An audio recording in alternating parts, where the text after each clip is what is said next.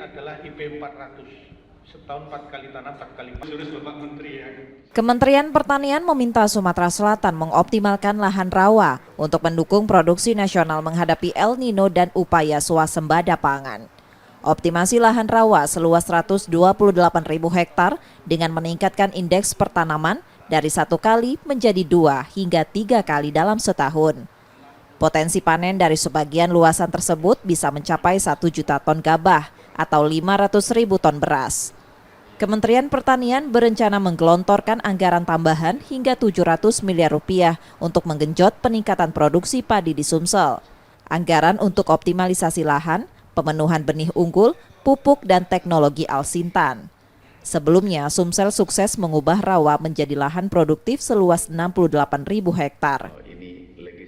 Optimasi lahan itu 128.000 hektar. Ini bisa jadi terbesar di seluruh Indonesia. Nah, kalau ini berhasil, itu bisa membantu menekan impor tahun-tahun berikutnya. Karena kalau 100.000 kali 2 kali panen, itu 1 juta ton. Itu gabah.